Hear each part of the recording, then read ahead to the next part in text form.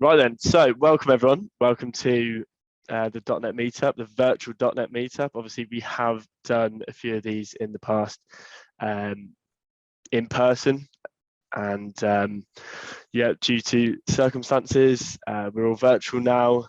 And to be honest, I reckon it's better because it means we can get everyone in one place and get some excellent speakers in, like Gerald here. So, quick introduction from myself and Ben. So my name is George, and this is Ben, and we run the .NET contract side of things at IO Associates. And yeah, we recruit within .NET. I mainly across the southwest of the UK, Ben mainly across London, and we have a full team who cover the permanent side of things as well. And yeah, so as you may know, Gerald is going to be talking about Maui. Over to you, Gerald. Ooh, let's get things going. Okay, I was like, okay, is there gonna be something more? All right. So let's see. Yes, maybe I should start by sharing my screen. I don't work with Zoom that much, so I should figure out how this all works. I see a lot of great people in the chat, a couple of familiar people as well, so that's really amazing. We just spoke before we started this whole thing, like how are we going to handle questions? It's probably best if you wait until last, so I'm going to try and contain myself to talk for only 1 hour because I can go on and on about this, but let's just keep it at 1 hour. And then afterwards, I think there's like 30 minutes or whatever to do the questions. Is this going to stop? Because this is really annoying. Anyway, so let me just pull up some slides here so I can also introduce myself for the people who don't know who I am. So I'm going to talk about .NET MAUI because that's hopefully why you're here. And apparently this is not going to stop. So Zoom, stop annoying me. Well, you're just going to have to ignore that. Sorry about that. I'm going to talk about .NET MAUI, which is like, the cross-platform framework that we're about to launch. And I think I can tell a little bit about when that's going to be. So stay tuned, basically. For the people who don't know me, I'm Gerald. And again, with these two wonderful gentlemen, we've been talking about where I'm from. They were totally convinced I'm from the US, but I'm right next to them in the Netherlands. So, I've been working remotely for almost 3 years now at Microsoft, started at the Xamarin Forms team. Before that, I was working with the product. So Xamarin, I fell in love with Xamarin Forms.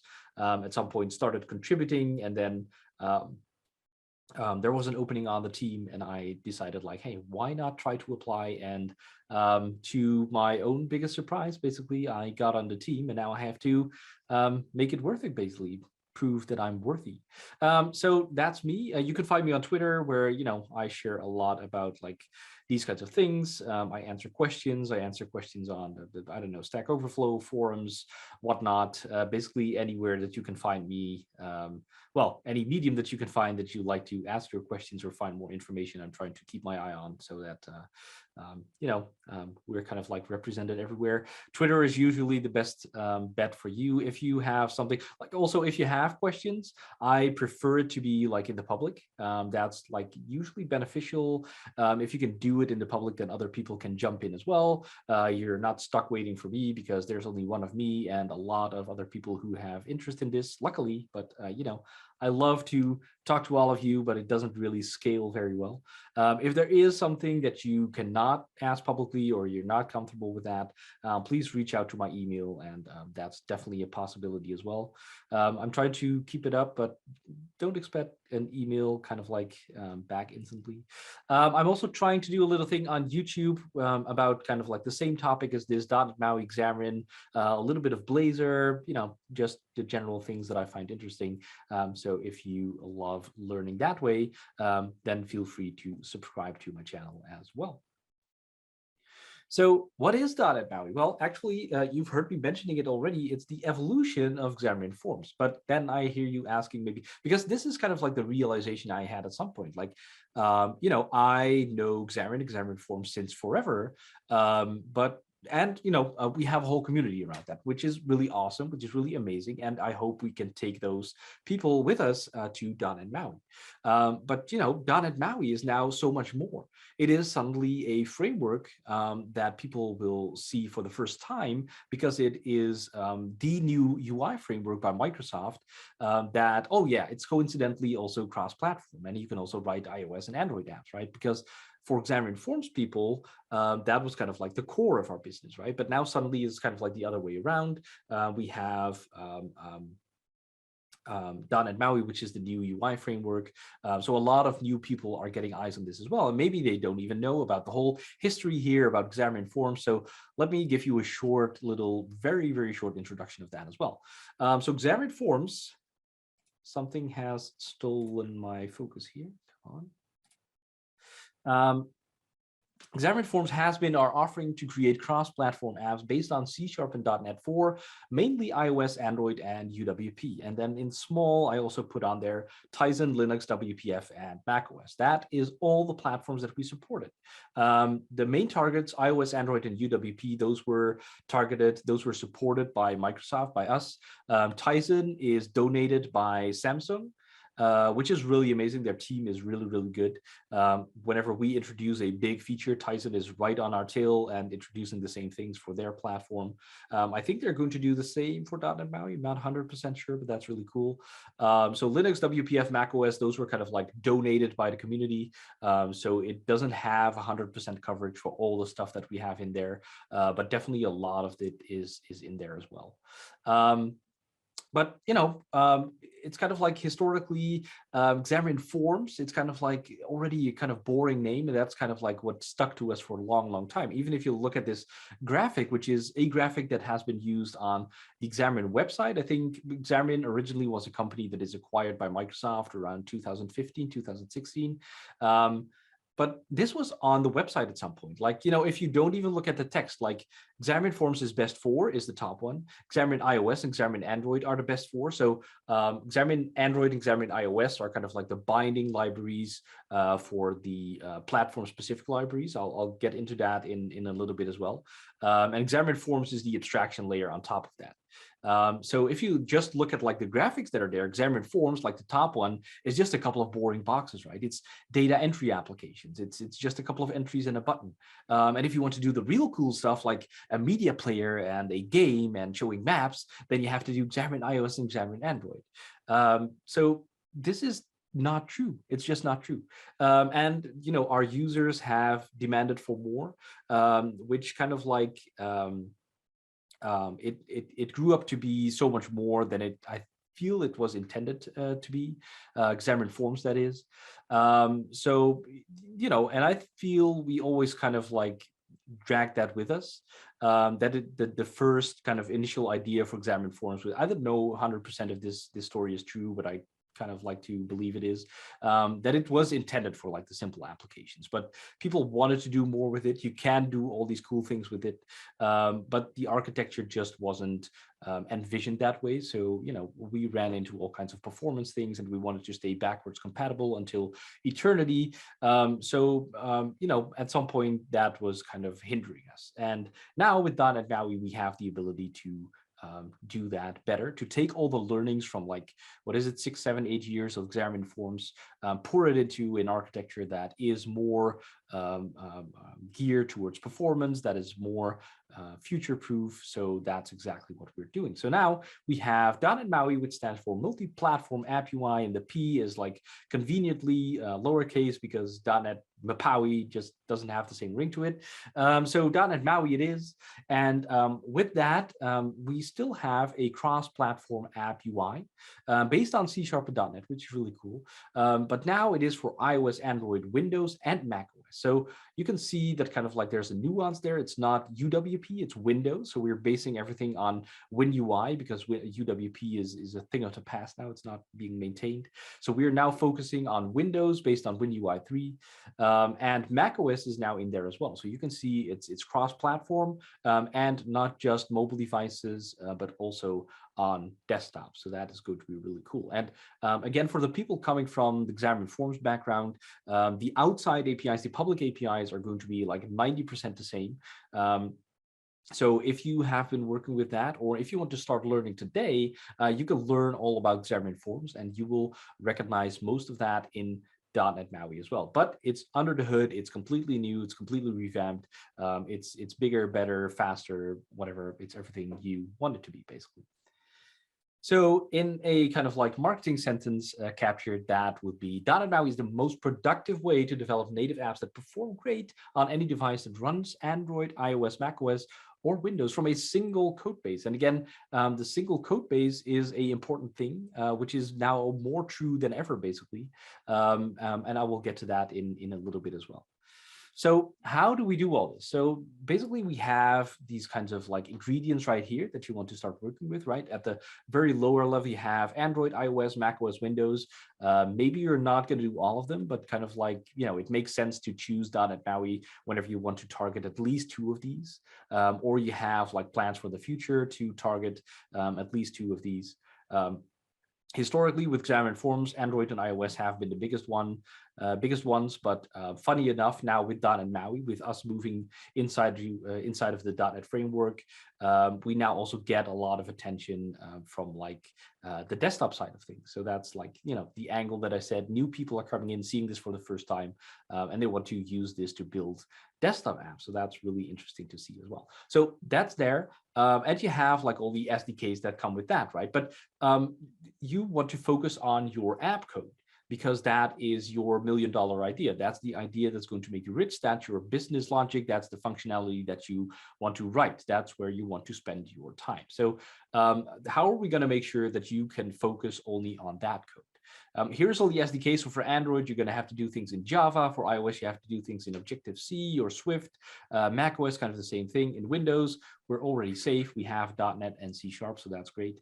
And in between, we have all these different things that we need to take into account, right? So this is kind of like how .NET MAUI works internally.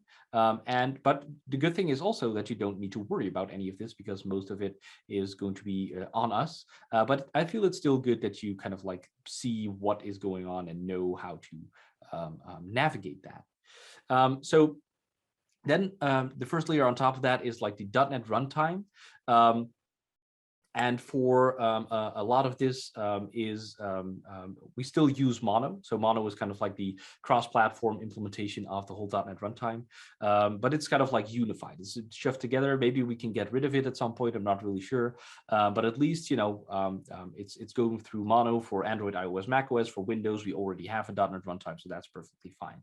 That is still there. That's what we need to run our .NET code. What we did do is unify our .NET BCL, our base class library. And that, because of that, you just talk to that one, and we figure out if it has to run through Mono or the regular .NET Runtime, so you don't need to worry about that. So that's like the good news. Then on top of that, you have .NET for Android, .NET for iOS and Mac Catalyst, and WinUI. So that is like, if you look at .NET for Android, .NET for iOS, that is, if you again know about Xamarin, that is Xamarin.iOS and Xamarin.android. Did I say Xamarin.android, Xamarin.iOS? Both of these at least. And basically what those solutions did is just allow you to write C# code and make a bridge to like the platform specific libraries for Android and iOS. That is like underneath the layer underneath Xamarin Forms as well, and it will now be the layer underneath of .NET MAUI. But it's also renamed because like the whole Xamarin as a brand name is going to disappear. So it's also now rebranded to .NET for Android, .NET for iOS. You can still write apps with that, if that's what you want. In fact, the transition, if you already have apps for that, is going to be very, very easy, because if you write apps at that layer, it already uses namespaces that are the same in Objective-C or Swift or Java. So we don't have any .NET namespaces in there. So you should basically very easily be able to upgrade to .NET 6 and everything should work. TM, you know. And then on top of that, we have .NET MAUI. So that is kind of like where we have the abstraction layer. We'll see how that works. And we will basically take care of all of that. So you just have to write your app code. You have to know how to work with .NET MAUI, and you can run your single code base on all these platforms that you can see down below. So that's really cool. Now, because of all the history that we already have, that we are now, rewriting to this new architecture, we already have a rich library of controls. So we have 40 plus controls. We have all kinds of navigation already in the box. So you have the flyout menu, which you probably know from the little hamburger menu. We have the bottom tabs, we have the top tabs, we have all the tabs, just the hierarchical. I always trip on that word. So where you basically just, push pages on a stack and pop them off. We now have, well, we already had, but we now have adaptive layouts, because that's very important if you want to target both mobile and desktop platforms, of course. We have better support for right to left. Left to right is very common to us, of course, but right to left is very popular in other places in the world. So, with all the new things that we're doing here, the rewrites, we kind of like refocused on these things that weren't great in Xamarin Forms, but now we are incorporating that to work for all our controls right out of the box. The same with accessibility. We've implemented so many improvements for accessibility. It's really, really cool because, if we make it easy for you to reach those accessibility features, then we are helping you to create accessible apps. And if you create accessible apps and you have an easy way to do that, then basically everyone wins because your apps can reach an even broader audience. So that is really, really cool. Some of the controls that are in here, probably some familiar names, because it's like, the names and the controls are, mostly the same across all platforms and frameworks and whatnot. So all kinds of views, carousel view, collection view to show your data in a nice way. Just a button, a radio button, a checkbox. Well, I'm not going to read it all to you, but all the controls will be there that you might know already from Xamarin Forms. So that's nice. How do you build your UI in .NET MAUI? So we're Microsoft. We still love our XAML. And of course, we wouldn't be Microsoft if we didn't invent a little new dialect for that. So it's all XAML, but it's, with minor differences to UWP and WPF. It shouldn't be too hard. I think like also here historically, it's grown from Xamarin Forms and kind of like they took some terms that suited better with like the mobile platforms. I don't know how that really happened, but at least we are now stuck to another kind of dialect. So maybe we can change that in the near future. I don't know. But, you can use XAML and everything that comes with that, basically. And then you also have like the code behind. You can do data binding. You can implement the MVVM pattern, which is usually tied to all of our products as well. So that should, if you're familiar with working UWP, WPF, then you should basically feel right at home. You can write your whole UI in C# if that's what you want. The kind of like out of the box experience for that is kind of painful because you have to instantiate all these objects and have to assign them to the children and the content, that kind of stuff. So personally, I love my XAML, but if you want to do it in C#, you totally can. But we also have some solutions to help you with that. So we also have the C# markup extensions, which kind of introduce a set of extension methods that will allow you to write your UI in a more fluent way. We also have that in the Xamarin Community Toolkit, and now we're also building a .NET MAUI Community Toolkit, which is basically a library that we are working on together with the community. So it's not a really official Microsoft product. You might know the Windows Community Toolkit, which kind of follows the same pattern, which has like, I think they have their own MVVM framework by now, but we have kind of like all kinds of supporting things for Xamarin and now .NET MAUI, and one of the things is the C# markup extensions, which allows you to write your UI in a more fluent way. Another thing which is really cool is Comet, which is experimental right now, but it lives already on the .NET repository on GitHub, so it's looking the right way, and that allows you to adopt the MVU model view update pattern, so completely different from MVVM. And that allows you to write also more in a fluent way in C# your UI, which is kind of like very similar to how Swift UI does it, or maybe how Flutter does it. So that is a really cool experiment as well. If you want to see more about that, definitely go search for .NET MAUI Comet. You will find all the things. It has support for VS Code at this point, so that's really cool. Try it out, provide some support, start a repository. Those kinds of things always help to make this into something cool that we can support. So that would be really nice. Again, we already have all these things inside of the box. So a lot of styling options already. Of course, support for dark theme and light theme for like all the platforms that support that. I think that's all of them by now. We have static dynamic styles. You can do all the things with XAML, but also CSS, which was kind of like an initiative that we did to add CSS support to also kind of like attract the web developers to Xamarin Forms and now to .NET MAUI. A visual state manager, so depending on the state of a thing, you can style things. Custom fonts and font icons, so you can use custom fonts, which is now easier than ever. We'll see that in a little bit as well. And images from many formats, including SVG, which is also really nice, because if you're familiar already with like cross-platform development, then you know if you're doing iOS and Android specifically, you have to create your image resources in like a gazillion different resolutions. And then also now dark mode and light mode. Well, we're not going to help you with that, but you can make that difference there as well. But at least like, for all the resolutions, right? For all the scales, for all the whatever. So what you can do now is just plug in an SVG on your single project, and we will do all the heavy lifting for you. We will resize it to all like the variations that are needed. We will put it into Rise Plate for you, and you just have to use that. So no more duplication of all your images and whatnot. So that is something that will really boost your productivity. Now, again, if you're coming from Xamarin Forms, you're going to be really, really happy about this slide, because this is kind of like where the new architecture comes in. If you wanted to customize, so how Xamarin Forms and .NET MAUI work is basically we have defined for you a button, a entry, a label, and all the controls. And what we did is like we're translating that to how it should look on the platform, right? So the button will look like as if it belongs on iOS if you're running on iOS, and how it belongs like Android if you're running on Android, and Windows and macOS.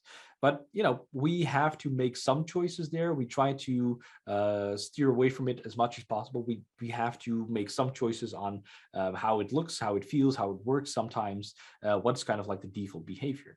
And if you wanted to override that in Xamarin Forms, you had to subclass the whole thing. You had to know a lot about the life cycle of the thing, which was called renderers in that case. So there was a lot of knowledge that you needed to do to just adjust a single property, basically. Now we have a handler architecture, and that basically, maps a single property from our abstracted controls, so our button, our entry, our label on the .NET MAUI level, to the platform control, and you can influence that behavior very, very easily by doing these couple of lines of code. So we have a mapper for that, which maps like the abstract property to the platform property, and you can very easily override that behavior. So you can do if-dev compiler directives, because we're now in a single project. We have to specify for which platform we want to run this code. There are ways to not do all kinds of if-devs. Personally, I really dislike this syntax because it will get very messy with all the platforms that you want to have in there. So there are different ways, but you can definitely do this. You can access the handler from anywhere. It's a static thing, so you can just access it from anywhere and override it. So you can just, if it does get very messy with all the if devs, chuck it into one class that you never have to look at. You can totally do that. And then for the mapping, you can append, prepend, or modify it entirely. So you can append something to the top of the list because, we're going through all the properties. You can prepend it, so you can leave .NET MAUI to do all the things, and then kind of like, oh, sorry, it's the other way around. And then append something at the end, so you can influence, like override the behavior that we've been doing, or you can modify the mapper, so you can basically replace the whole thing entirely and style the control your own way if that's what you want. And here in this example, you can see like on Android, the entry will always have this little underline, and we basically remove that. So it's a couple of lines of code to do that, where before you had to subclass this whole thing and do all of that.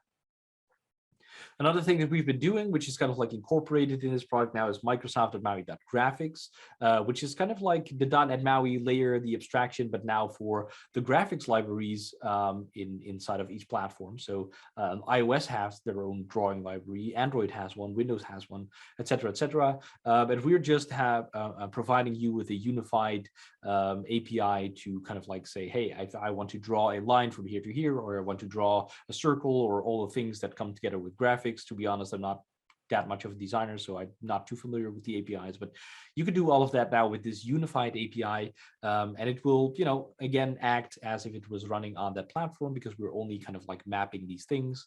But now you suddenly also have a cross-platform API for doing all these things with graphics, which is really cool. I've already hinted on this a couple of times. We've made big optimizations on like the project system.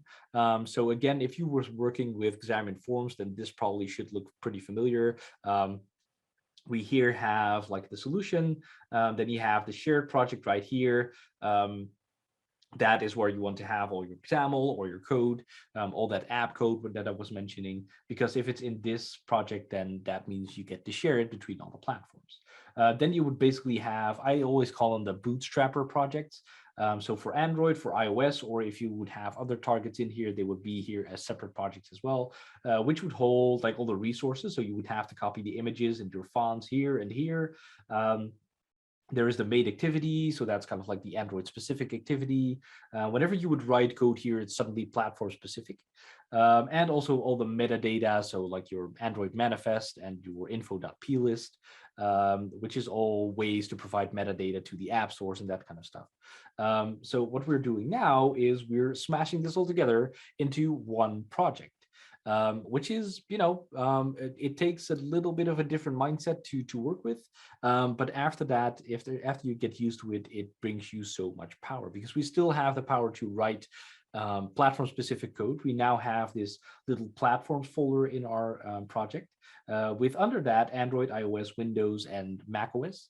And whenever you do something inside of the platforms folder, it will get picked up only for that platform. So you can suddenly write for UI kit. You have all the namespaces, all the platform namespaces are there inside of this folder. Outside of the platforms folder, you're in shared land. So you have XAML that you can write here. You have all the .NET framework to your at your disposal. So that's basically, again, where you want to write all your code, but it's now also very easy to reach into the platforms and write code there. There's no way getting around that at some point, basically. And also what this means is that we have the resources. You can see that's outside of the platform. So the resources, like I already mentioned, the images is now easier than ever to manage. The fonts, you just add them once here in the resources, and we will put them in the right places for all the platforms. The splash screen, we also did a little nice thing with that. If you just want to have a simple splash screen with a background color and one graphic in the middle, you can just plug in your SVG. You can say, hey, this is my splash screen now. This is my background color. And we will generate that thing for you. So no more, if you still want to, you could definitely create your platform specific splash screen and do something fancy with that, but you don't have to if you don't want to. So that will really lower the threshold for, people coming into this framework, or if you don't have any requirements with a fancy splash screen, that will make it so much easier. Actually, I should add a bullet here, because this same also applies to the app icon. So you can generate an app icon, but kind of like the same way for this as well. Oh, here we are. We also have the fonts and the images. I already mentioned that. And because it's a single project now, in the run menu, you will just have, you can use the drop down and you can select, hey, I want to run on iPhone, I want to run on Android, I want to run on Windows, and it will sort out all the bits that are needed for that, compile just that, and run it on your phone, your emulator, your simulator, whatever you want to do. Now, we're working to make your inner dev loop. So, whenever you press F5 to run, make changes, do things to make that as fast as possible. But with all this cross-platform stuff, again, if you're new to this, you're going to have a bad time. If you're used to like desktop development or web development, it's usually pretty fast. If you want to create something for iOS, it can take a long time to compile, to deploy, and do all the things. So we're trying to find ways to make that better for you. It's kind of cool. You probably heard by now about .NET Hot Reload. Is it? Yeah, I always get confused with the name. .NET Hot Reload, where you can just change code in your running app and you don't have to stop your debugging session. this is actually something that originates kind of like, well, it's been, it's a concept in other frameworks. Let's not do pretend that we invented the whole thing, but it kind of like the technology originated in, I feel, the Xamarin space, where we had XAML hot reload. So you can see that in action here. Whenever you change something in XAML, it will pop up in your live view, and you can just keep running that way. So you can tweak your UI and never have to leave your debugging session. And then that was expanded to .NET Hot Reload, where you can actually change code in your running application, and it will be picked up automatically without having to leave your debug session. So that is really, really cool. And that all also works for .NET MAUI. So your C#, your CSS, your Razor, your XAML, it all just works. That's really cool. Now for iOS, always the big question is, do I need a Mac to develop for iOS? The short answer is yes. Well, the short answer could also be no. Anyway, we have a solution where you can just plug in your physical iOS device straight into your Windows machine, but you will have to have a paid Apple developer account already. A physical Apple device, well, chances are that you might already have that one, a USB cable, and you can plug it in and you can at least debug, but you cannot use that version to go to the store because you will still need a certificate that you will get from a Mac. And it's just by the requirements of Apple that you will always have to provide a build from an actual Mac to the App Store. You can always only create those on a Mac. For that last thing, you can get around that by using App Center or Azure DevOps, which has macOS build host. So, you can do your whole thing on your local Windows machine, then go through your pipeline for the final build. But you do need to still have a Mac for creating that little certificate once a year. But, maybe you have a friend which will lend you the macOS, your MacBook for a day, or you can rent Macs in the cloud as well to do that maybe. So you don't technically have to, but the best experience is still to buy a Mac. But we also have hot restart, it's called basically, that you can do with this as well. If you do have a Mac somewhere in your network, if you don't want to, you don't even have to look at it. We also have the remote iOS simulator, excuse me. And what that basically does is mirror the iOS simulator screen from your Mac build host to your Windows machine, so you don't have to go back and forth with a remote session or whatnot. You will just get the remote iOS simulator on your Windows machine, and you can go through your app like that as well. So what else? We're almost at a demo, I promise. We also have Xamarin Essentials, which is not really something that has to do with the UI. This was basically all the APIs, like the accelerometer, the battery, the clipboard. There's a lot in here. So all the APIs that you still want to have from all the platforms. Location is one of them as well, or connectivity. But they don't necessarily have to do something with UI. So we had that in Xamarin Essentials. That's moving together with us and becoming .NET MAUI Essentials. The APIs are going to be exactly the same. It's just the namespace that has changed. So if you've been working with this before, then you will feel right at home because it works exactly the same. Another really, really cool initiative that we're launching is the Blazor Webview, which allows you to create a kind of hybrid app. It's still a hybrid app because it is actually running on full .NET. So it's not being interpreted. It's not, going through some kind of web layer or WASM. We don't need to do all that because we're already in .NET. But you can leverage all your web skills. You can leverage your HTML, your Razor, your CSS skills, and still build a native cross-platform app, basically. So that is really cool. And this doesn't just work for .NET MAUI. It works also for WinForms. It works for WPF. It works, of course, for Blazor Web, the regular thing that you probably already know.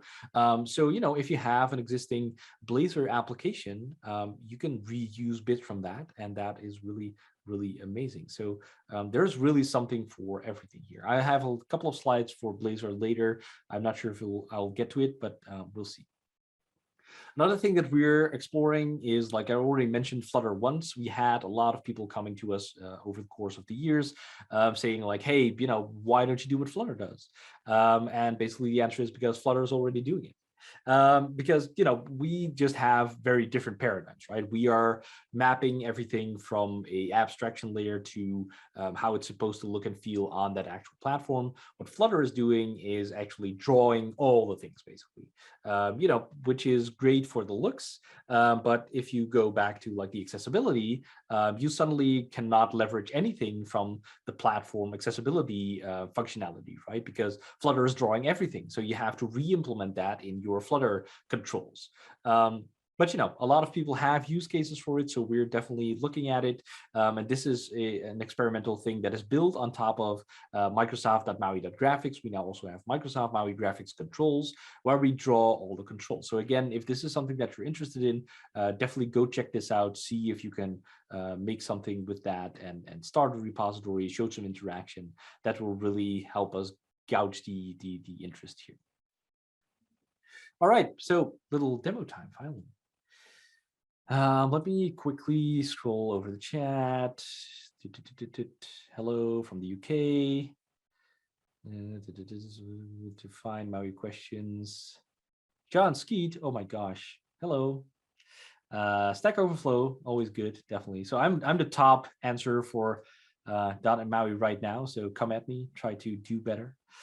All right, demo time. So let me magically switch over to Windows right here, because if you want to do this right now, the best experience will be on Windows. See, I'm so nervous now I can't even log in anymore. There we go. The best experience right now is on Windows, and because .NET Maui, so if you've been following along, .NET Maui should have been released together with .NET 6, but a lot of stuff happened. I can go making excuses here, but it's delayed, and it's going to ship now at build. It has been confirmed by Scott Hunter. Well, we're aiming build, he said, by Scott Hunter on Twitter, so that makes it safe for me to say as well. But the dates for build haven't been announced yet, so you still don't really know anything, but I think it's usually around May. But right now it's still in preview, and that also meant that we couldn't launch together with Visual Studio 2022, because it would be weird to have like Visual Studio 2022 stable, but have preview bits in there. That's not how it works. So we now have a Visual Studio 2022 preview version, and that's what you need to look at .NET Maui, because it's also preview. If you install the latest Visual Studio 2022 preview version, it will look like this with the installer. I have two versions side by side, but typically if you install it for the first time, you'll also be able to get a screen like this to kind of like choose the components that you want to install. And you want to choose this mobile development with .NET. It still has the little Xamarin logo that's going to go away at some point, but you have to select this one. And whenever you do, it's always annoying because this is also annoying. If I click it, then it unchecks, so I have to be careful here. But if you do click it, then you will see the optional workloads here, and you have to make sure that you click .NET Maui, and whenever you do, you should have everything to get started with this. So I already did, and then whenever you get to Visual Studio, it might look a little bit out of proportion because I'm using some kind of presentation mode. So everything is blown up so you can see it pretty well. But that makes that it doesn't always look right. You can create a new project, and it has the .NET Maui app preview templates here. It also has a .NET Maui Blazor app. I'll have a look at that as well. But you can just start a .NET Maui app from right here. So let's do next. It's number 22, which is going to be the perfect one. This one's going to make me rich. I feel it. And whenever we click create and we let it think for a little bit, then we will get the file new project template, which looks like this, which has all the fancy new things. You can already see it. We have the file scope namespaces right here. So we have all the new bits in here as well that you can use. We have like the the implicit using, so I don't need any usings in here anymore, which is really nice. But you can already see we have this main page.xaml, so we have a little scroll view to make sure that we can scroll the content in here. We have a little grid. We can specify the grid, like, we see these little nice extensions right here for on platform. So you can specify different values for iOS and the default one. So that's basically all the other platforms, but I could also add a variant for Android right here. You could do this for all the different properties, basically.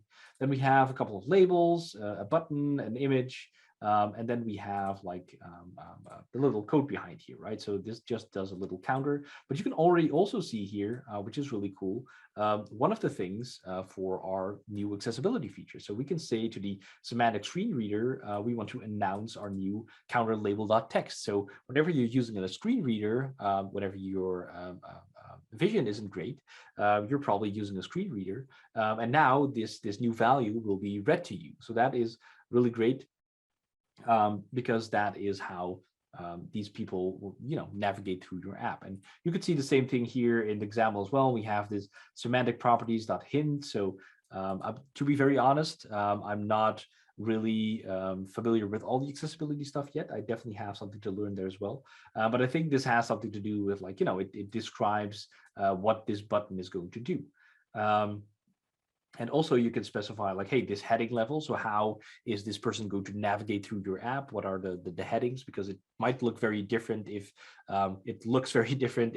your vision isn't great, right? You probably navigate not through all the fancy layouts, but you just have to navigate through the functional stuff. So that's something that you can definitely do with all of this. Let me run this for a little bit while I talk you through the rest. So also we wanted to lower the threshold here for people coming from the rest of the .NET ecosystem, because there is enough to learn about cross-platform development. Trust me, that's also not going away. As much as we try, as much as we make it easier, it's definitely very useful to know what is going on under the hood. But one of the things is that we're using also the generic host builder. So this you might know from ASP.NET Core right now, right? So you're building up this host, this shell of your application, plugging in all the ingredients to make sure that everything is there. And we're adopting kind of like that pattern. So if you're used to other .NET applications, other .NET projects, then you will at least know this one already.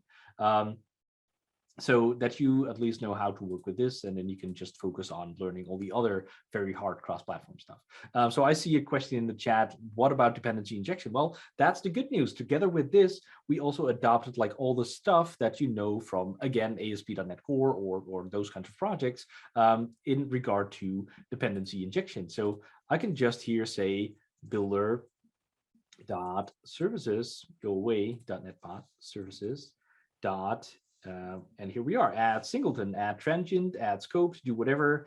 And I could just say, hey, I want to have my Ides surface in here. Oh, this is too much AI. It's not right. With my service instance, and boom, now we have this little service register here. And you can just inject that by just saying here, hey, I want my Ides service right here, and pretend that it's not typed all wrong. So, the dependency injection will just work out of the box. It's right here, just the way that you expect it to work, and how it works in other .NET projects as well. So if you ask me, that is really, really cool. Now, for the other stuff, we also still have a lot of cross-platform stuff in here. So configure fonts, you can add your fonts right here. You can register, you still have to register them like this. There is some other things. What do we still have? So if you want to, customize those handlers, you can also do some configuration right here. And I've already seen like plugins that are used for this Xamarin Forms and now .NET MAUI. They are already adopting to this this as well. So you will have extension methods that just say, hey, use MVVM framework, which one you want to use, or use this effect, or I don't know, do something with that. So that is amazing. The other thing, yes, admit, come in. Another thing, so now because we're in this single project thing, if we look closer to the CS Proj, this is interesting as well. We have all these target frameworks in here. We have the one for Windows. Windows is always a special case, of course. So, we have a couple of conditions here, but Windows is definitely here as well. And you have all these cool things, implicit usings. But if we scroll down, that's where it gets really interesting. We have this little item group right here. So we have this Maui icon that I mentioned. So you can just plug in your SVG for the regular one. You can have a foreground file. I think that's only used for Android, which has a kind of like layered app icon that you can use. And you can specify the color, and that will be the app icon. So if we scroll all the way down here in our taskbar, you can see this is the app icon. So we specified the color, which is this .NET shade of purple. we said this SVG, the app icon, which is apparently this .NET icon, and boom, we have our app icon for, well, I'm saying Windows, but this is actually Android. And if I actually show you the Android emulator, you can see a couple of those here as well. And I can maybe show you the little foreground effect. So if I take one of these and I jiggle it around, you see, you can see the layer shift. I think this is kind of like the only use it has, but anyway, cancel, go away. So that's how easy it is to create an app icon. Same thing for splash screen. So we can just specify this SVG, which will be the graphic that's in the center. We'll do this color, which is the same shade of .NET purple, and boom, we have a splash screen. You can do this for images. You can also use wildcard, so you don't have to specify clutter your CS project with like all kinds of files that are in here. You can just say under my resources images star, that are all my images. If you want to do the same thing with fonts, you totally can. And if you want to include like your raw assets, so things that you want to use inside your application, you could totally do that the same way as well. Now, like I mentioned, here in the platforms, we still, at the end of the day, we still have to provide Apple and Google with binaries that they understand. They're not going to adapt all the things to say, hey, now I suddenly understand an exe. We'll do the transformation for you. So, we still have to have some Android specific stuff like our Android manifest for iOS, that's the info plist.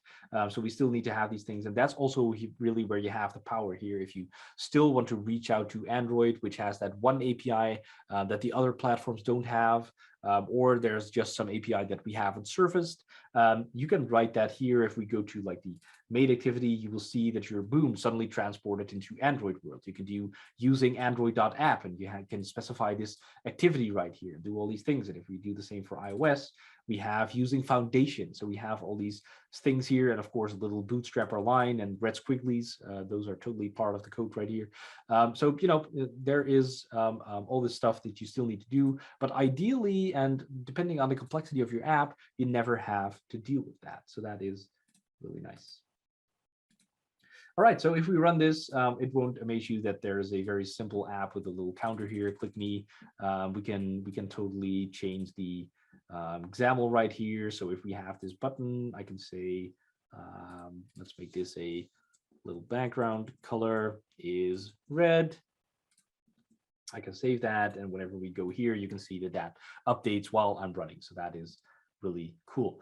There's actually also here the XAML live preview. So this I'm running in Windows Subsystem for Android. So that allows you to run Android apps inside of Windows. I think it's only in the US right now, and people who know their way around that.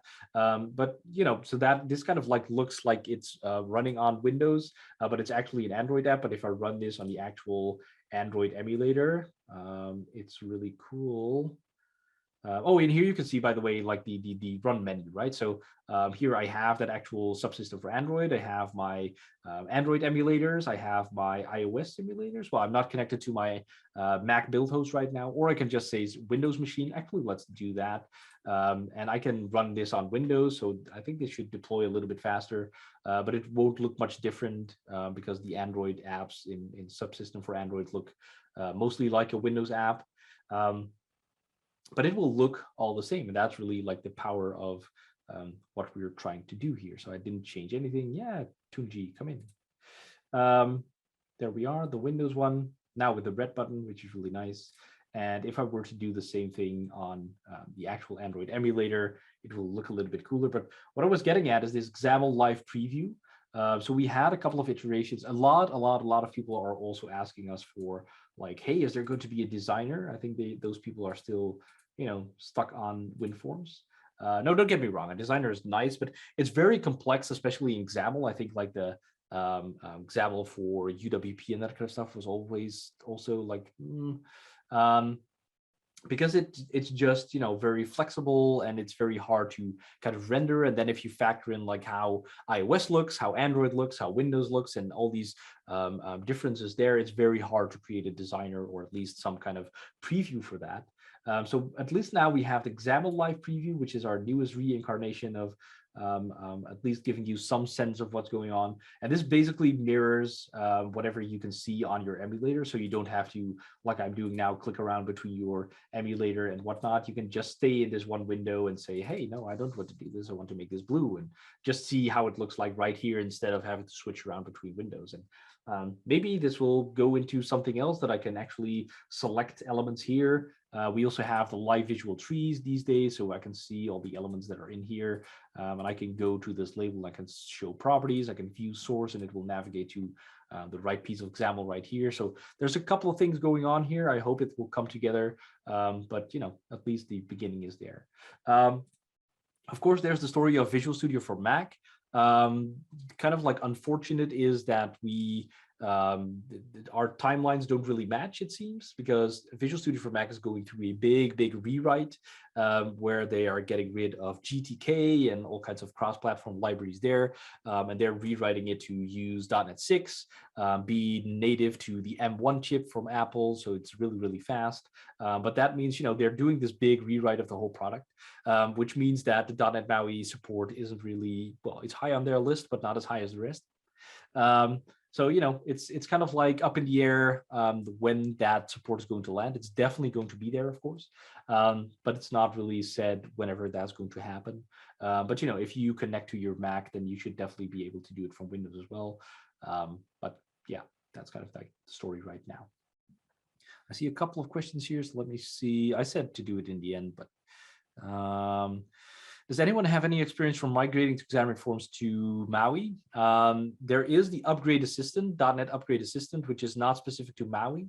It kind of like supports all .NET projects, I think, but it also supports .NET Maui, or at least it will, which will do a lot of stuff for you, like renaming the namespaces. Like I said, the outside, the public APIs are going to be 90% the same, minus a couple of properties that have been renamed or a couple of breaking changes that we made, but that isn't too much.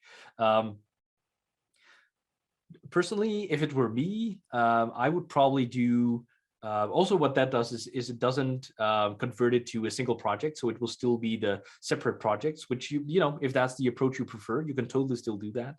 It will transform the whole CS project structure to do that, but it will not unite all your things to a single project. But what I would personally probably do is just do file new .NET MAUI application and start transporting all your code, depending on how big it is, to that new project. Because if you do the Upgrade Assistant, we've already said there's no guarantee you're going to run that and then you're going to click run and it's going to run. That's very unlikely because we can't account for every scenario, all the custom renders that you might have, all the things, maybe third-party libraries that aren't even ready yet that you're using. So it's very unlikely that it will do all the things for you. And then suddenly you're stuck with the Upgrade Assistant has really good logging. It's really verbose, but with some kind of tool that you don't really exactly know what it did. But now you have to kind of reverse engineer to try and figure out what it did. And that can take a lot of time, et cetera, et cetera, et cetera. It's probably, again, if it's up to me, this is totally my personal opinion in here. I would probably start copying and pasting over all the things and do it that way so that you know what's going on. You will get a feel for the new .NET MAUI stuff. There is, by the way, that's good to mention, a compatibility layer. Let me see if I can, is that still here? I don't know. You might want to look up the news for that. So we should have a layer where you can still use your custom renders in Xamarin Forms, where they should just work. I think that we are not giving any guarantees on that. So you don't have to rewrite all those things right from scratch or right from day one when you want to support .NET MAUI. But the preferred way is to rewrite it to these new handler architecture, so that you will get all the new performance, the better performance, all the new features, et cetera, et cetera. Having all that said, we're supporting Xamarin Forms at least until a year after .NET MAUI goes GA. So if that's a transition that you're looking for, there's at least a year of support for bug fixes, new iOS versions that we're going to have to support, et cetera, et cetera. I think we're going to even support it up till November 2023. So that's whenever .NET 8 is coming out or something like that. So, there's not really a rush. We are allowing you all the time to transition, but I think you definitely should want to do that as soon as possible. Migration to, oh, someone already answered that. Is it faster to use Windows Subsystem for Android rather than the emulators? Absolutely, yes. But it's less advanced. You can just spin up your application with that. It will be faster than doing the whole emulator thing. But it doesn't have all the fancy features to mock your location and do all these kinds of things. So for quick and dirty prototyping, I would say, then definitely it's faster, but it doesn't have all the other things. All right. So I already mentioned it, .NET MAUI and Blazor. This seems to be something that a lot of people are interested in as well. So I figured I'd add a little bit about that. Oh, we're almost at time already. That's cool. So best of both worlds. Like I said, we have Blazor, which is a really cool solution, and we now have .NET MAUI, which is a cool solution as well. And it usually works that way if I like hamburger and hamburger bread and I put them together. Now that's a combination already. So it doesn't always work out. I had pancakes and like the gyros, what is it? Gyros meat. And I thought like, hey, I like both of these things. Let's put them together. I found that in a restaurant once, but that wasn't good together. But I hope that's different for .NET MAUI and Blazor. So we have this thing. And with .NET MAUI Blazor, you can build cross-platform native apps that run on Windows, macOS, iOS, and Android, which is, it should be no surprise. It is exactly the same platforms that .NET MAUI runs on. You can use your existing Razor class library. So you can just use, if you have a Blazor application right now and have that nice implemented with a couple of class libraries, you can just take one of those class libraries, put them into your .NET MAUI application, and boom, you can share your code with that. In fact, if you can find some kind of third-party control vendor, I'm actually building a little sample app for a tutorial that I want to put on YouTube. I just searched for, I used Google to Bing, whatever, free Blazor components. They were in no way optimized for .NET MAUI, but I could just use them. I could install the NuGet on my .NET MAUI Blazor application, and it would just work. So that is really cool. And you can still have the full platform device access. So you can go out to the platform. You can use .NET MAUI Essentials even to, take a picture, to pick a picture from the gallery, to access your location data, to do all these crazy things that you can do with mobile devices. But you can, make your UI look perfect pixel the same across all platforms. You can leverage your web development skills, but you still have all this power. So that's cool. Now, Blazor Hybrid is basically an extension of Blazor. So the third option next to kind of like Blazor Server, Blazor WebAssembly, and it's built on .NET 6 and .NET MAUI. Like I said, it's not available only to .NET MAUI. It's also available for WPF, WinForms. So this is also really cool. And it's just another UI element, right? So you can make that like the center of your application where you say, this is my interface, or you can just use it as a regular UI component and just make it part of your layout, right? So you can just start modernizing your app that way. Maybe you have some kind of legacy WinForms application. And you can just say, hey, I want to modernize this thing. I'm going to slap this Blazor Webview just in this little tab view right here. And now suddenly this looks cool. This is the start of how I'm going to build out this new modern application. So, you can definitely have all these paths suddenly for you. How does that work? So if you want to use this like as a hybrid app approach, that you can have this Blazor Webview, you will need to point to the host page, which is an HTML page. You will say like, hey, this is the selector, so the HTML selector, which is going to be used to, put in the DOM, put in all your UI things, because it's a single page application framework, right? So it's going to refresh only the things in the DOM that it needs to. And you're going to say like, hey, this main object that is kind of like the router for my Blazor application.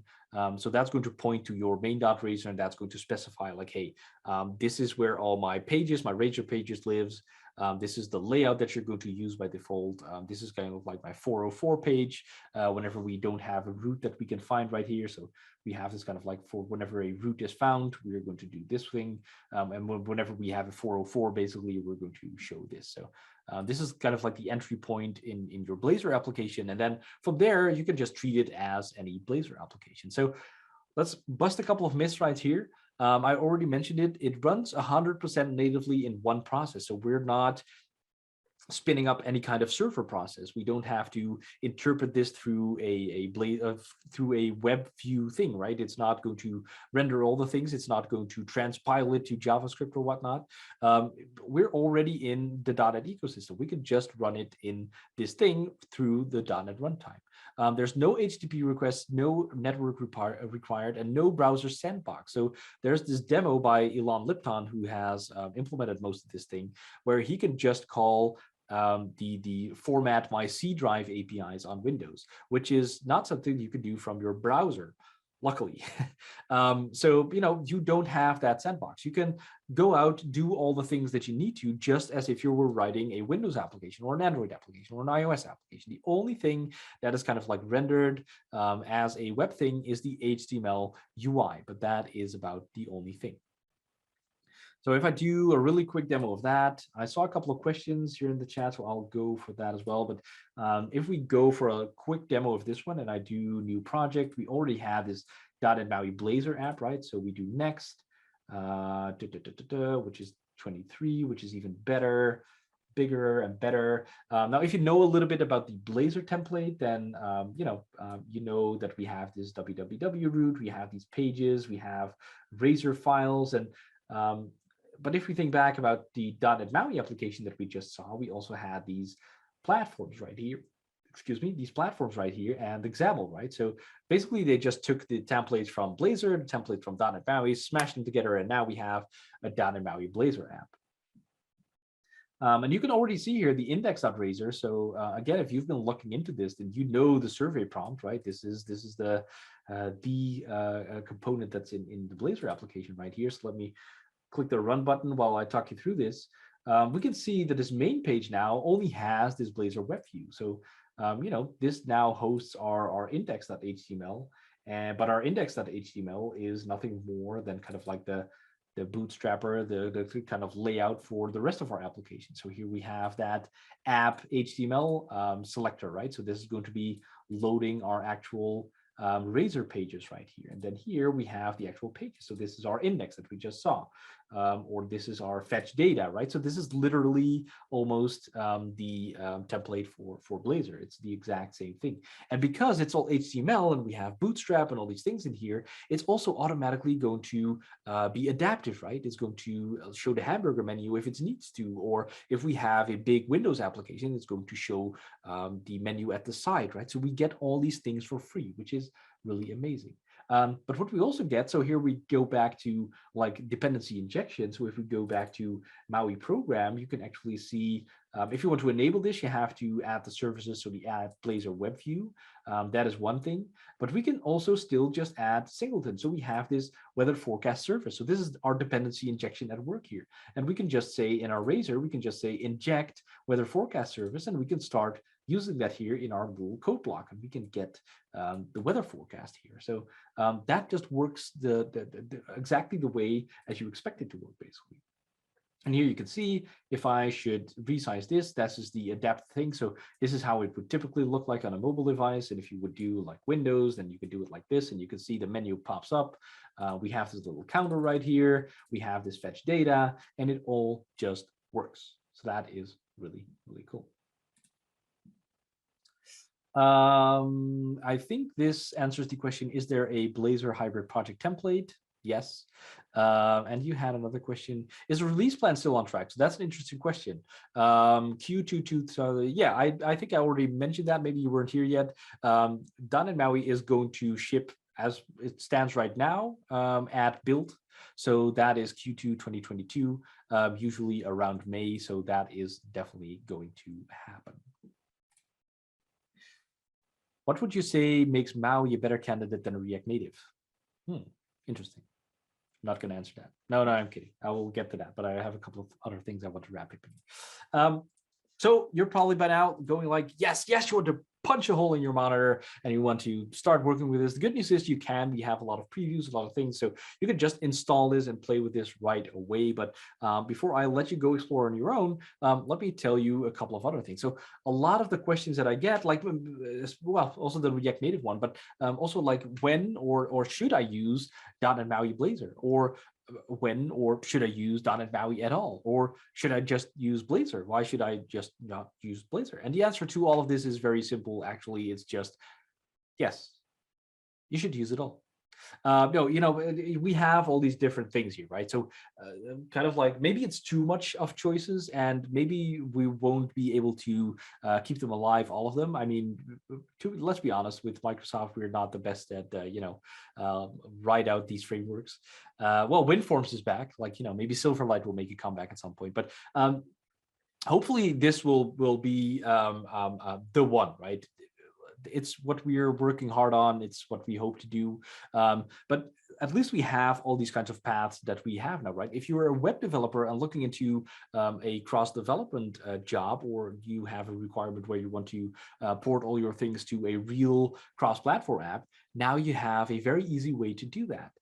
Or you have an existing Blazor application with all kinds of code already written, you can now very easily port that to, again, that cross-platform app. Or if you are a cross-platform developer and you're like, I'm not sure about those drawn controls, but I want it to look and feel the same, and I want to, get in touch with my web developer side, then yeah, now you totally can as well.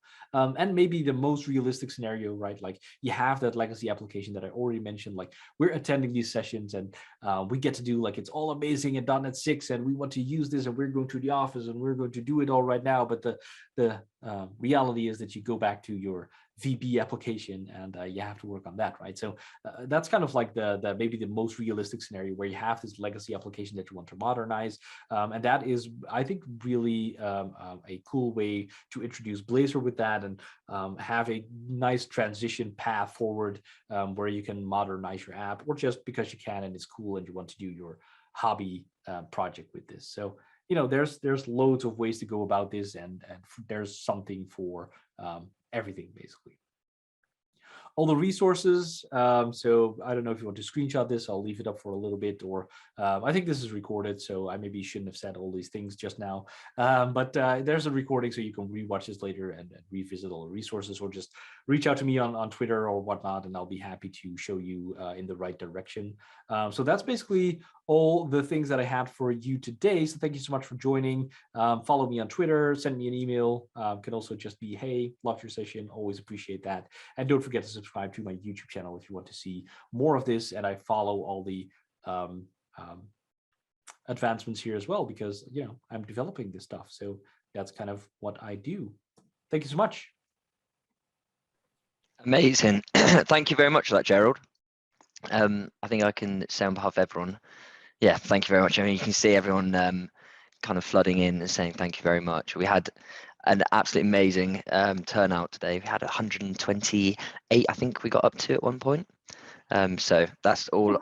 Well, yeah, that's all for yourself. Obviously, you've got a lot of fans out there. And here's Emmanuel. Emmanuel, you just missed it. So thank you so much for coming. But you missed it entirely. Yeah. Anyway. Yeah, I was going to just reiterate kind of what you just said there about kind of being able to watch it on YouTube. If you missed anything or want to go over anything, then by all means, you can find the recording on YouTube.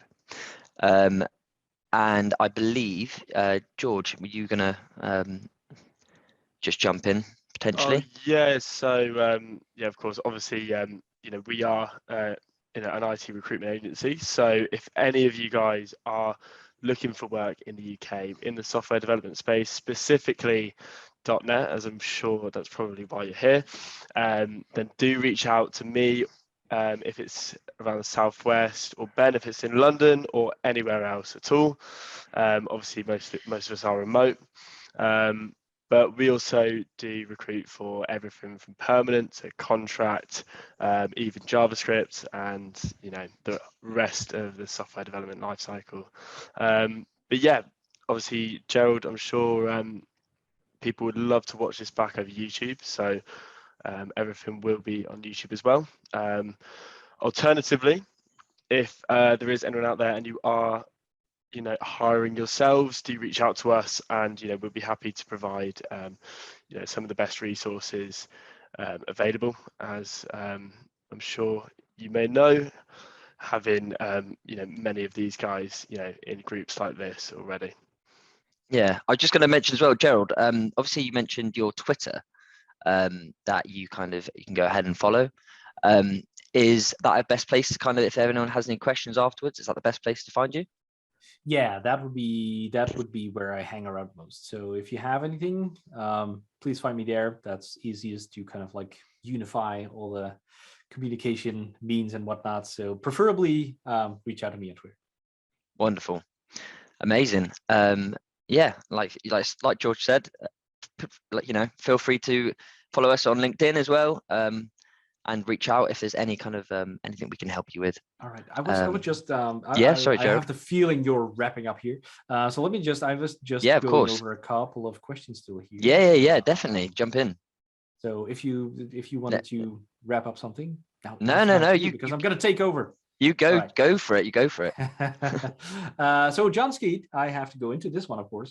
I have a bunch of personal WPF apps. One of them would be nice to have on Mac, but fundamentally, I'm mostly interested in WPF.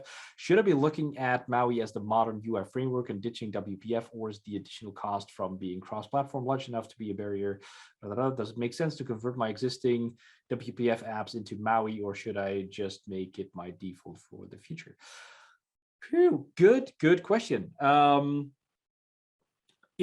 would like to say .NET MAUI is the future. We're going to kill everything else, and this is going to be it. But I can't look into the future, so I'm not sure what is going to happen.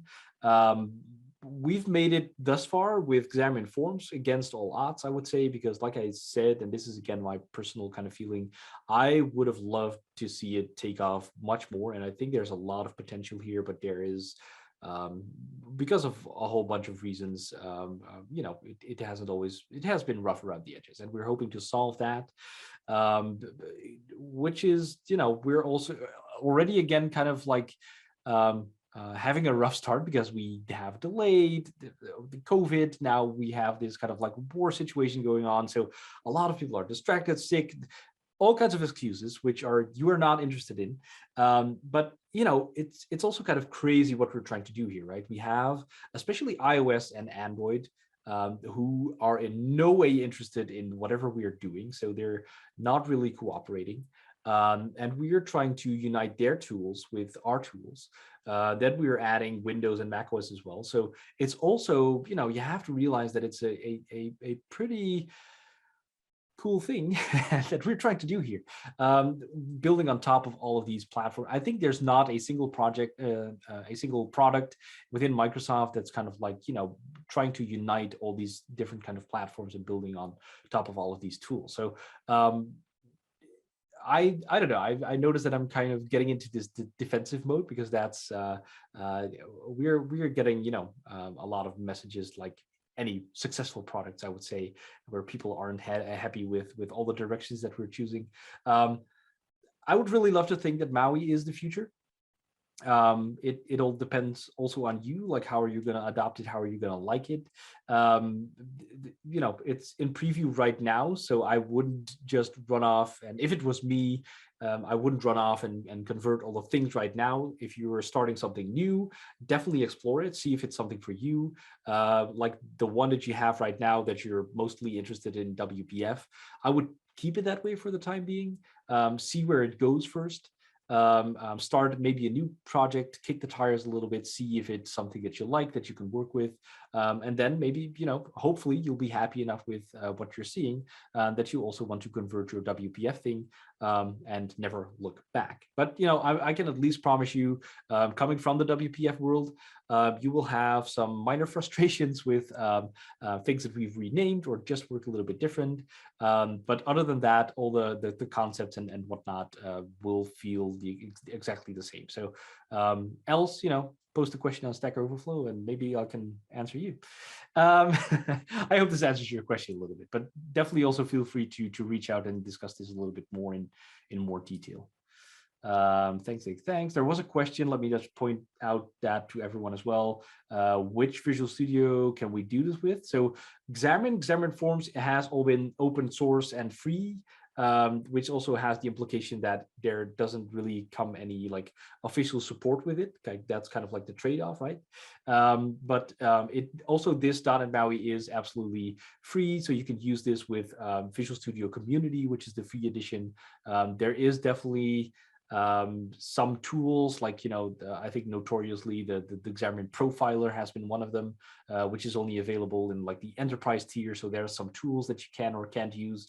But I think like, the most stuff that you want to use, and at least all the things that I've shown you today are definitely possible with Visual Studio Community. So you can get started for absolutely free, not free. Thank you. Any idea when we will get Android Subsystem in the UK? No clue. I think it mainly depends on Amazon at this point, because whenever I start the Amazon App Store, it says this is not available in your country. So I feel there's kind of like a thing going on there with, I don't know, distribution rights or whatever you want to call it. But I think it's still officially in preview anyway. It is really nice to use, but it's US only for right now.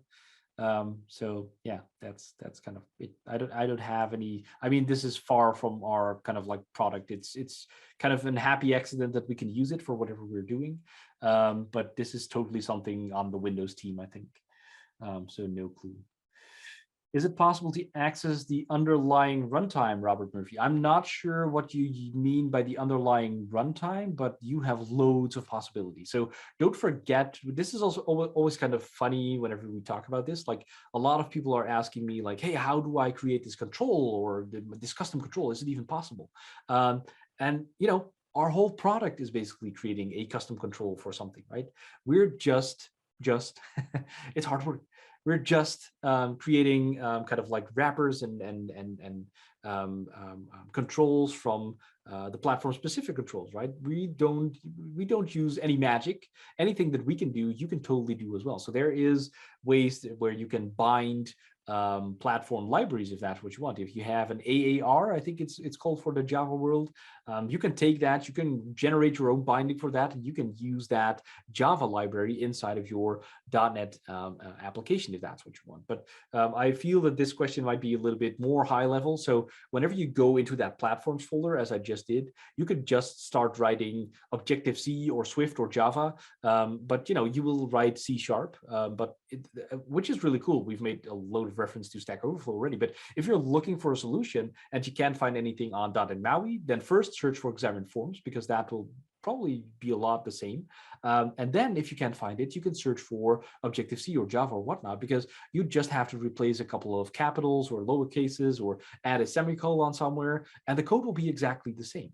Because we're using all kinds of the same type names. We've made some additions here and there with like, we have properties in C#. We kind of adopted that for some things where other frameworks or languages might do other things.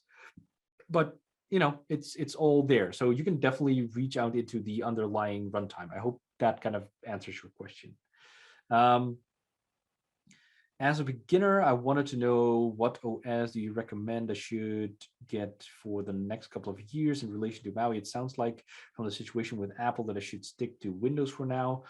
Oof, it totally depends. You've been seeing me switching between macOS and Windows just now. It is that Visual Studio for Mac isn't ready right now. Well, we have some internal bits that are starting to get ready, luckily. I have been using a Mac exclusively for like the last 6, 7, 8 years. And I've had a Windows virtual machine at the beginning, but it's now actually for .NET MAUI that I had to kind of switch back to Windows and Visual Studio, which is fine. But it's mostly a matter of taste, a matter of what you can afford. Let's be honest, the Mac stuff is pretty expensive. And it also kind of maybe depends on what platforms you want to do. Like I said, if you start on Windows, then iOS can be done, but the best experience is going to be on a Mac. And on a Mac, you can do iOS, Android, macOS, not Windows. And on Windows, you can do Windows, Android, but not Mac. So, it's also kind of the trade-off there. What are the platforms that you're kind of initially targeting as well? Is Linux support being considered? So maybe go back to the previous question. So what you can do is get a Windows machine. Maybe you already have one. And kind of like the cheapest way is to get a Mac Mini, maybe a second-hand one. and you can just place that somewhere in your network. You can connect to it over your network. In fact, you can rent a Mac in the cloud. I think it's literally called macincloud.com. You can connect to that and it will build it for you, and you can do all the things on Windows. Over the internet with Mac in Cloud, it's, the build times aren't great as it is. If you add to that a little internet connection, it's not going to be a great experience. But if you can afford a Mac Mini, that's kind of like the most affordable way to get all this done. Add that to your network. And then you have like all the options that you want to probably work with. Is Linux support being considered for the future? There is a lot of ask for it, it seems. If you go to github.com/.net/Maui, we have the discussions tab on there enabled. There is a discussion with a lot of upvotes already with Linux support. So again, if you want to see that, please add your upvote and your thingy here. That will make a case for us as well. I mean, we decide a lot of things ourselves, but at some point we also have to go to, up the chain to see if we can do certain things. So the more data we can gather, like if Linux is something that people want to see, then definitely add those upvotes, show some engagement, et cetera, and that will help us make a case to upper management to say, hey, people want this, we should make this happen. So it's definitely on our radar, but we don't have any concrete plans right now, which is also interesting, right? Like I said, we have a rough start already with like .NET MAUI and whatnot, because the people coming from Xamarin Forms are kind of like gonna have a bad time almost. Whenever you get something new, you want something new and shiny, right? You want to have new things and go explore and be like, ooh, oh, this is amazing, this is new, this is ooh. But what we're doing right now is we have also this big rewrite, this big, it's definitely not as simple as just renaming the namespaces from Xamarin to .NET MAUI. We're trying to make the outside APIs as much the same as possible and adopt some new things from the .NET framework already. But what we're basically doing is trying to get up to par again with where we left Xamarin Forms at, right? So the initial version is going to be Xamarin Forms, but now based on .NET 6, basically, right? If you put it really black and white. So the real new shiny stuff is going to be a little bit more in the future, and that kind of like also, I feel that's also true for like the Linux support and all the other things that we want to do. So yeah, that's kind of like where that comes from, I guess. John Skeet, many thanks. We'll probably kick tires. Definitely, maybe next blog post that needs a little UI will be Maui. Well, definitely do that. Let me know how it goes. Be in touch. Will Maui support Mac OS through Catalyst? Yes. Does this mean Xamarin Mac is end of life? No, I don't think so. I think you can still do it that way if that's what you want. Because like I said, Xamarin.iOS, Xamarin.Android is going to be rebranded by name, but it will still be there. In fact, if they cease to exist, we can't exist too, because we are building on top of that, right? So if Android for iOS and Android for Android is no longer a thing, then .NET MAUI is also no longer a thing. So we kind of now have to maintain that. Does that mean if it will still be a pleasant experience for people other than us? I don't know what the plans are for that, but I think you can definitely still use it that way if you want. Looking forward, great talk, thank you so much. Is it possible to download WPA package without Amazon Store and sideload applications over ADB? Is it possible to download? I don't know what a WPA, do you mean PWA? I'm not really sure what you mean, but you can, everything, so this is a good statement. Everything you can do with like your platform apps, like on Android or iOS or Windows, you can do with .NET MAUI. We're not doing any magic. At the end of the day, you will still have your APK, your IPA, your XE, and you can do whatever you want with that, right? So everything that you can do with these platform apps, you can also do with .NET MAUI apps. So that's kind of like, I feel the easy answer to whatever you're asking here. Is there compatibility for Maui in any of the JetBrains IDEs? I don't know what JetBrains is. No, I'm kidding. We're friends. I think they're working on that. To be honest, I'm not really familiar with their products, but I think they're definitely working on supporting that as well. So if that's something that you'd like to use, definitely look into that. Oh, Windows Subsystem for Android, WSA. Is it possible to download? I'm not sure about that then, if you could sideload that. Anyway, I think I've gone through all the questions. So if there's any more, please ask them now or forever hold your peace, or reach out on Twitter.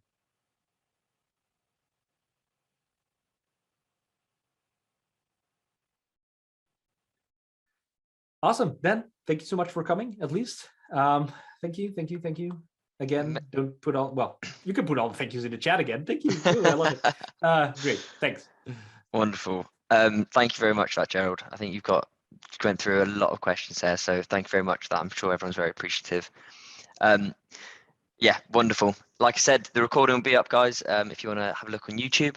And if you guys are looking to come to the next meetup, our own very own John Skeet is actually with us at the moment, who will be hosting a face-to-face meetup on the 23rd of March in Reading in Virgin Media, at Virgin Media. But yeah, so it'd be very, very good to see you all there if you can join us. But in the meanwhile, I hope everyone stays well and stay safe. And thank you very much again, once again, Gerald. Talk to you later. Cheers. Thanks, everyone. Bye-bye. Bye. Goodbye. Thank you.